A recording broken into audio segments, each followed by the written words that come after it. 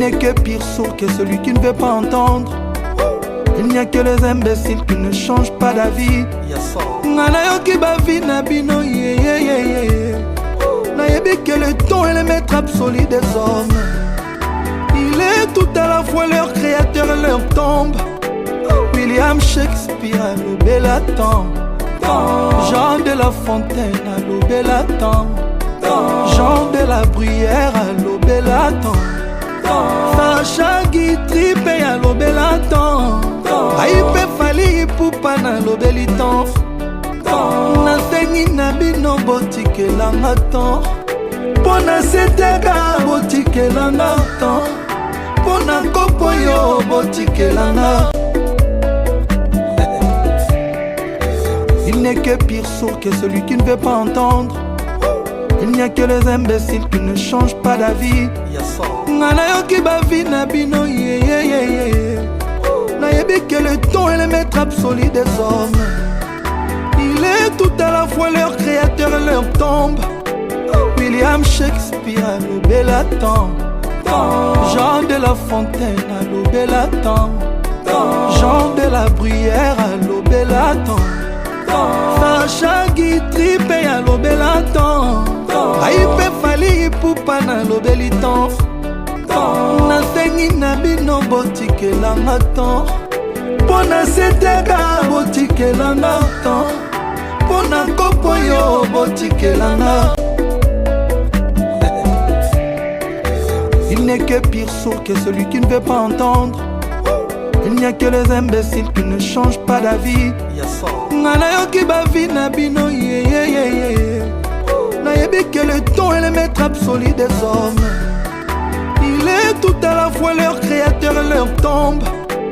William Shakespeare a lobé la temps. Jean de La Fontaine a lobé la temps. Jean de la Bruyère a lobé la temps. Sacha Guitry pe a lobé la temps. Aipe Fali Ipupa na lobé li temps. Nasengi na bino botikelanga temps.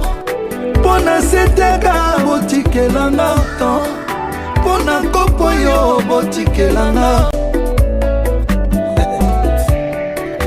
Il n'est que pire sourd que celui qui ne veut pas entendre.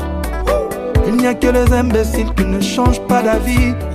Nanayoki bavi na bino nayebi que le temps est le maître absolu des hommes. Il est tout à la fois leur créateur et leur tombe.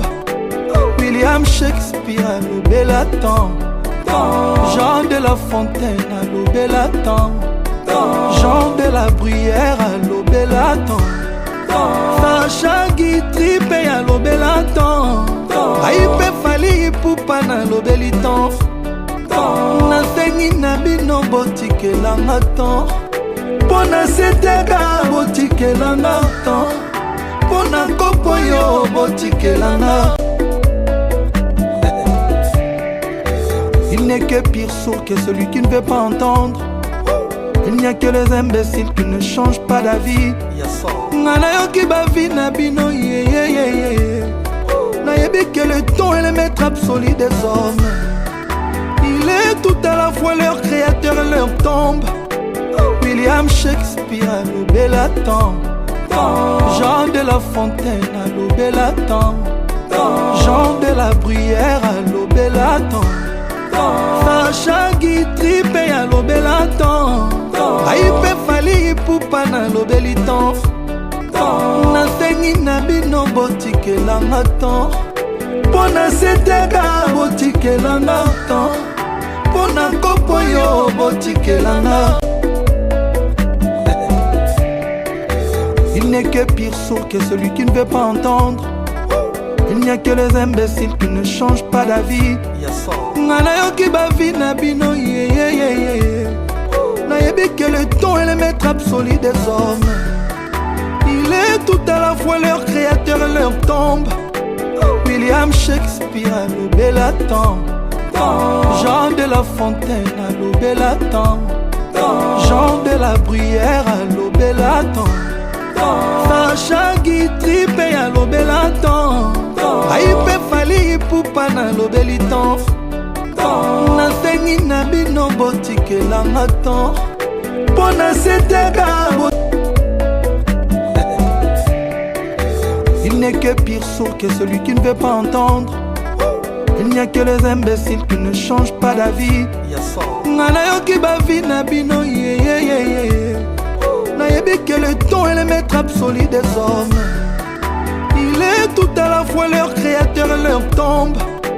William Shakespeare a lobé la temps. Jean de La Fontaine a lobé la temps. Jean de la Bruyère a lobé la temps.